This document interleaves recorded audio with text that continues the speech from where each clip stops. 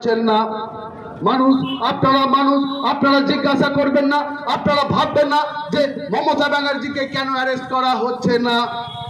আজকে সিএএনআরসির বিষয় যখন আসছে, যে নাগরিকত্ব অধিকার একটা মানুষের, সেই বিষয়ে যখন পার্লামেন্টে ভোটাভুটি হয়, তখন তৃণমূল কংগ্রেস সেই পার্লামেন্ট থেকে বেরিয়ে গিয়েছিল। একটাই কথা বলতে চাইছি বন্ধু, যে বকলমে তৃণমূল কংগ্রেস বিজেপিকে সমর্থন করে। এই জন্য একটু আগে বলছিলাম যে আপনার একটা ভোট তৃণমূল কংগ্রেসকে দেওয়া মানেই হচ্ছে আপনার মূল্যবান ভোটটা বিজেপিকে দেওয়া, অথবা বিজেপিকে দেওয়া মানে তৃণমূল কংগ্রেসকে দেওয়া। আজকে ভাবা যায় 34 বছর ধরে যে বামফ্রন্ট সরকার ছিল, এই বামফ্রন্ট সরকারের সময় একটা মানুষের চাকরি যায়নি, একটা মানুষকে চাকরি হারাতে হয়নি। বেকার যুবক যুবতীরা তাদের কর্মসংস্থান কিভাবে হবে, সেই জন্য বামপন্থীরা ব্যাপকভাবে লড়াই করেছে। এই জায়গায় দাঁড়িয়ে একটা পরিবেশ পরিস্থিতির মধ্যে আমরা কংগ্রেসের সাথে যুক্ত হয়েছি। এই জন্যই হয়েছি যে সারা দেশ জুড়ে যে অশুভ শক্তি আছে, সারা রাজ্য জুড়ে যে অশুভ শক্তি আছে, এই অশুভ শক্তিকে পরাস্ত করার জন্য শুধুমাত্র বামপন্থীদের পক্ষে সম্ভব নয়। আমরা এই জন্যই ইন্ডিয়া জোট করেছি। সারা দেশ জুড়ে যে সমস্ত বিজেপি শক্তি আছে তাদেরকে আমরা ঐক্যবদ্ধ করেছি এবং আমরা সাকসেসফুল হয়েছি। আপনাদের কথা দিতে পারি, আপনাদের গ্যারান্টি দিতে পারি যে এই যে লোকসভা নির্বাচন 2024, এই লোকসভা নির্বাচনে বন্ধু বিজেপি ক্ষমতায় থাকবে না, দেশ থেকে বিজেপিকে বিদায় নিতেই হবে। আমাদের পশ্চিমবাংলায় তৃণমূল কংগ্রেস এবং বিজেপির আসন কমবে এবং বামপন্থী এবং কংগ্রেসের আসন বাড়বে।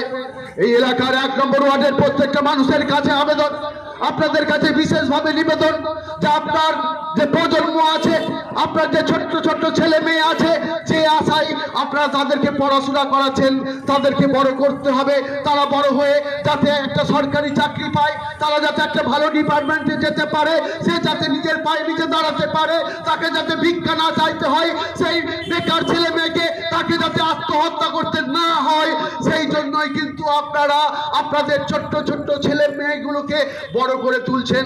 এই জায়গায় দাঁড়িয়ে এই যে অশুভ শক্তি তৃণমূল কংগ্রেস যেভাবে সারা রাজ্যকে প্রায় 12-13 বছর ধরে চালাচ্ছে, এই জায়গায় দাঁড়িয়ে আমাদের রাজ্য তো প্রায় শেষ হয়ে গেছে, কয়েকটা প্রজন্ম ধ্বংস হয়ে গেছে।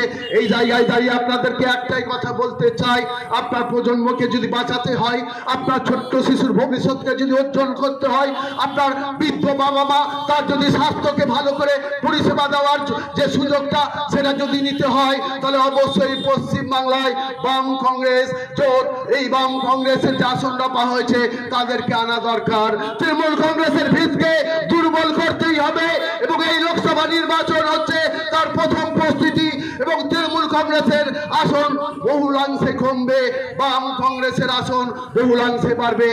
একটাই আবেদন বন্ধু, আপনারা আপনাদের মূল্যবান ভোট হারাবেন না। আমাদের অত্যন্ত দুঃখ হয় যারা আমরা বেকারদের কর্মসংস্থানের জন্য ব্যাপকভাবে লড়াই করি, যখন একটা বেকার ছেলে মেয়ে যখন সে তার কর্মসংস্থান পায়, যখন চাকরি পায়, তখন আমরা বামপন্থীরা আনন্দ করি, আমরা খুশি হই যে ওই বেকার ছেলেটা চাকরি পেয়েছে, কাজ পেয়েছে, কর্মসংস্থান হয়েছে তার। এই জায়গায় দাঁড়িয়ে আমরা পশ্চিমবাংলার মাননীয় মুখ্যমন্ত্রী তাকে বলতে চাই, রাজ্যে তো একটা শিল্প আনতে পারলেন না, আপনি নিয়ে আসেন চপ শিল্প, ঘুগনি শিল্প ইত্যাদি। সবশেষে একটাই কথা বলতে চাইছি আপনাদের কাছে, যে আজকে এতগুলো বেকার ছেলে মেয়ে যাদের চাকরি হারিয়েছে তাদেরকে বরখাস্ত করা হয়েছে। আমি একটাই কথা বলছি যে পশ্চিমবাংলার জনগণ পশ্চিমবাংলার মুখ্যমন্ত্রীকে উকড়ে ফেলুন। পশ্চিমবঙ্গের মুখ্যমন্ত্রীকে যদি উকড়ে না ফেলেন, তাহলে আপনার পরিবার পরিজন, আপনার ভবিষ্যৎ ধ্বংস হয়ে যাবে বন্ধু, ধ্বংস হয়ে যাবে। আপনাদের ভাবতে বলছি। সেই জন্য 7ই মে আমাদের যে লোকসভা নির্বাচন, খুব সকাল সকাল গিয়ে আপনারা আপনাদের নিজের ভোটটা দেন, কারণ আমরা ছাপ্পা ভোট হওয়ার সুযোগ দিব না।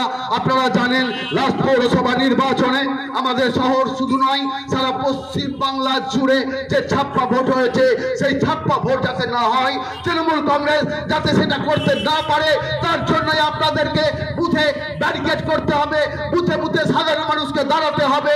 আপনার ভোট আপনার গণতান্ত্রিক অধিকার, এই ভোট প্রদান করুন। আগামী 7ই মে ঈসা খান চৌধুরীকে তাকে হাত চিহ্নে ভোট দিয়ে ব্যাপক ভোটে জয়যুক্ত করবেন। এই কয়েকটি কথা বলে আমি আমার বক্তব্য শেষ করছি। ইনকলাব জিন্দাবাদ, ভারতের কমিউনিস্ট পার্টি মার্ক্সবাদী জিন্দাবাদ।